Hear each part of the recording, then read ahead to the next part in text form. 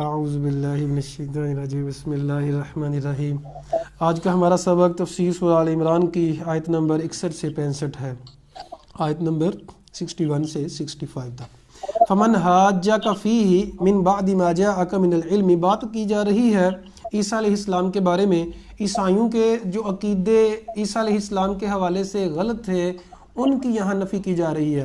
اس کا پس منظر میں پہلے بھی بیان کر چکا ہوں کہ یہ آیات نازل ہوئی تھی سورہ آل عمران کی تقریباً شروع والی ساری آیات اس موضوع کے اوپر نازل ہوئی تھیں کہ عیسیٰ علیہ السلام کے موضوع کے اوپر خصوصی طور پہ نجران سے عیسائی آئے تھے آپ صلی اللہ علیہ وسلم سے مناظرہ کرنے کے لیے۔ تو نبی صلی اللہ علیہ وسلم نے مناظرہ کیا، سمجھایا ان کو، لیکن ان کو سمجھ نہیں آئی۔ تو اللہ تعالیٰ نے فرمایا فمن حاجک فیہ، تو جو کوئی آپ سے جھگڑا کرے اس کے بعد، من بعد ما جاءک من العلم، علم آ جانے کے بعد، فقل کہہ دیجئے تعالوا ندعو ابنانا، آؤ ہم بلاتے ہیں اپنے بیٹوں کو، تمہارے بیٹوں کو، ونساءنا اور اپنی عورتوں کو، ونساءکم اور تمہاری عورتوں کو، وانفسنا اپنے آپ کو، وانفسکم اور تم کو، ثم نبتہل پھر ہم مباہلہ کرتے ہیں، فنجعل لعنت اللہ علی الکاذبین تو جھوٹوں کے اوپر اللہ کی لعنت کرتے ہیں۔ اس آیت کو آیت مباہلہ بھی کہتے ہیں۔ مباہلہ کیا ہوتا ہے؟ دو گروہ جب اختلاف کرتے ہیں دلائل سے ایک دوسرے کو وہ نہیں کر سکتے مطمئن، دونوں مطمئن نہیں ہوتے دلائل سے، کوئی بحث ہے، کوئی مسئلہ ہے، تو اس میں مباہلہ ہوتا ہے، جھوٹے کے اوپر اللہ کی لعنت ہوتی ہے کہ جو جھوٹا ہے اس کے اوپر اللہ کی لعنت۔ تو جب نبی صلی اللہ علیہ وسلم نے کہا حسن حسین رضی اللہ تعالیٰ عنہ کو، فاطمہ رضی اللہ تعالیٰ عنہ کو، علی رضی اللہ تعالیٰ عنہ کو لے کے آگے، اور بھی صحابہ کرام کی جماعت ساتھ تھی، تو جب لے کے آگے تو ان لوگوں کو کہا آجو مباہلہ کرتے ہیں۔ وہ علماء تھے عیسائیوں کے، ان کو پتا تھا کہ یہ محمد کریم صلی اللہ علیہ وسلم سچے ہیں، اور اگر انہوں نے لعنت کر دی تو ہم نے بھی غرق ہو جانا ہے، ہماری پیچھے آل و اولاد بھی غرق ہو جائے گی، تباہ ہو جائے گی۔ اس لیے پھر انہوں نے معذرت کی، کہا ہم مباہلہ تو نہیں کریں گے، لیکن آپ جو کہتے ہیں ہم مان لیتے ہیں، مطلب اسلام تو قبول نہیں کریں گے لیکن جزیہ دے دیں گے۔ پھر نبی کریم صلی اللہ علیہ وسلم نے ابو عبیدہ بن جراح رضی اللہ تعالیٰ عنہ کو بھیجا نجران کہ ان سے جزیہ وصول کر لیا جائے، لیکن ان سے جہاد نہیں ہوگا، لڑائی نہیں ہوگی ان سے، اور وہ انہوں نے کہا ہم صلح کرتے ہیں، ہمیں ہماری حالت میں رہنے دو، ہمیں ہمارے عقائد کو مت چھیڑو، ہمیں جس طرح ہم کرتے ہیں کرنے دو۔ نبی صلی اللہ علیہ وسلم نے کہا ٹھیک ہے کرو، تمہارا معاملہ اللہ کے ساتھ ہے۔ ان ھذا لہو القصص الحق، یہ سچے قصے ہیں۔ وما من الہ الا اللہ، نہیں ہے کوئی معبود مگر صرف اللہ۔ وان اللہ لہو العزیز الحکیم، بے شک اللہ ہی ہے جو غالب اور حکمت والا ہے۔ فإن تولوا، اگر وہ پھر جائیں، یعنی وہ اگر نہیں آتے، تو فإن اللہ علیم بالمفسدین، اللہ فسادیوں کو جانتا ہے۔ جو فساد کرنے والے لوگ ہیں اللہ تعالیٰ ان کو خوب جانتا ہے کہ کون فساد کرنے والا ہے، کون ماننے والا ہے۔ تو وہ تو صرف فساد کرنے آئے تھے، ماننے تو نہیں آئے تھے۔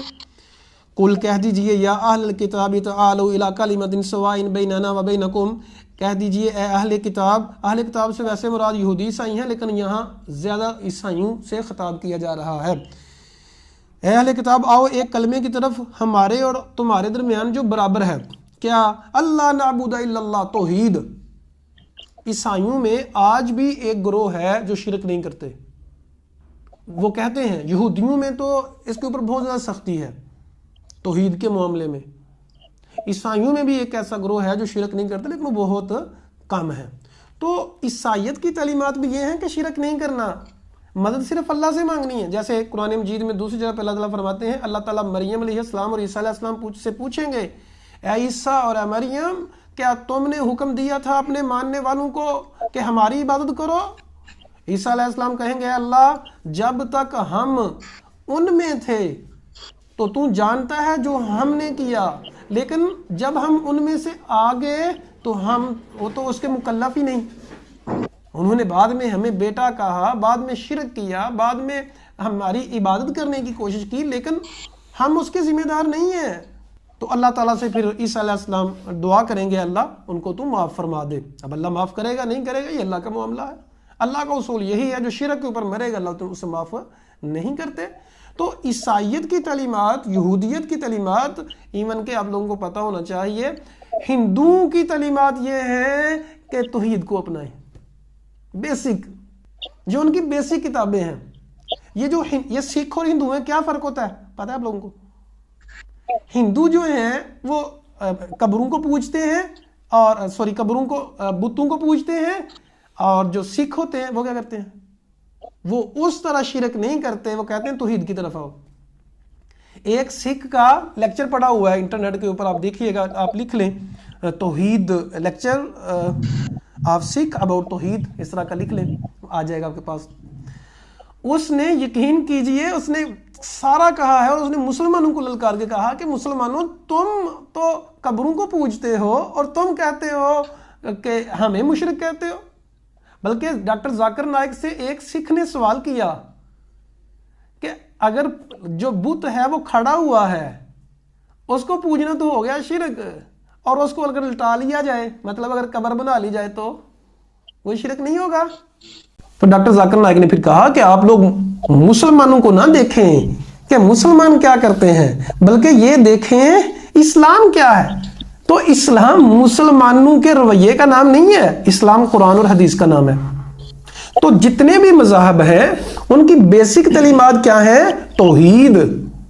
تو یہاں یہ آیت توحید بھی ہے، اور ہم آہنگی بین المذاہب کے اوپر یہ بیسک آیت ہے۔ میرا جو ایم فل کا تھیسس ہے ہم آہنگی بین المسالک، اس کے یہ بیس یہ آیت ہے۔ اسی طرح بین المذاہب کی جو ہم آہنگی ہوتی ہے اس میں بھی یہ بیس ہے۔ جب مذاہب کے درمیان اتحاد کی بات کی جا سکتی ہے تو مسالک کے درمیان اتحاد کی بات نہیں کی جا سکتی؟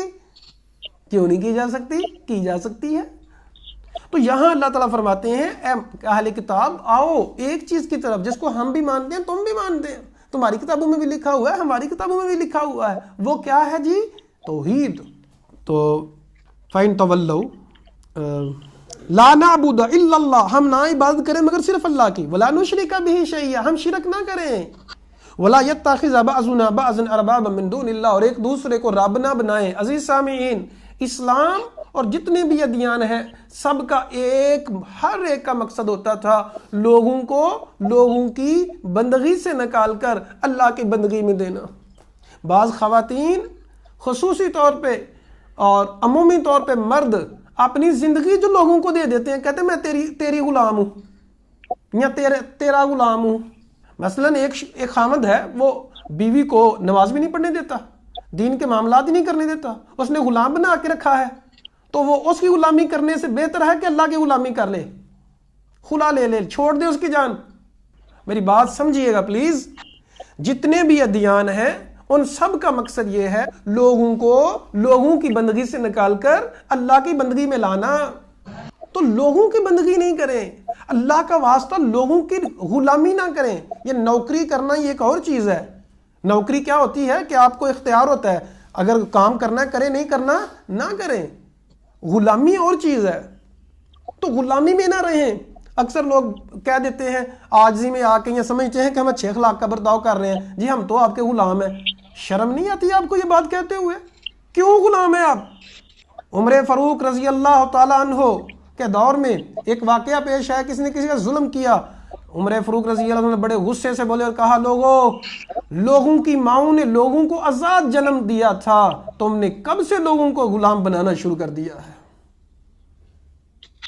تو عدی بن حاتم جب مسلمان ہوئے انہوں نے کہا یا رسول اللہ، عیسائی تھے ہم، تو اپنے علماء کو، ایک تو یہاں فرمایا، ایک دوسری جگہ پہ فرمایا اتخذوا احبارهم ورهبانهم اربابا من دون اللہ، عیسائیوں نے اپنے درویشوں کو رب بنایا ہوا ہے۔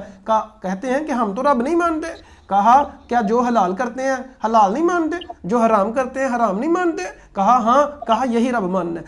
آج اگر علماء مولوی حضرات اگر جو چیز حلال کرتے ہیں اس کو حلال سمجھ لیتے ہیں اور جو حرام کرتے ہیں حرام، یہ بھی ان کو رب ماننا ہے۔ تو دوسرا اصول یہ ہے کہ ہم اللہ کے علاوہ کسی کو رب نہ بنائیں۔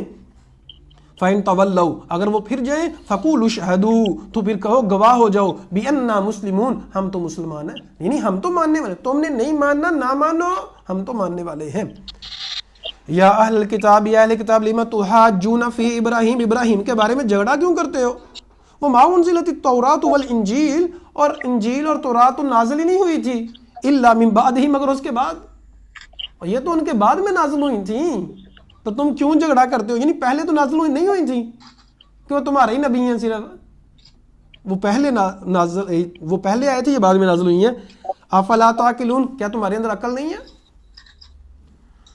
تو یہ کچھ دلائل ہیں. اللہ تعالیٰ سے دعا ہے اللہ تعالیٰ ہمیں آنکھیں کھول کے قرآن مجید کو سمجھنے کی توفیق عطا فرمائے اور سمجھنے کی توفیق عطا فرمائے اور قرآن کے مطابق ہمیں اپنی زندگی کو ڈالنے کی توفیق عطا فرمائے. اقول قولی ھذا استغفر اللہ لی ولکم ولسائر المسلمین.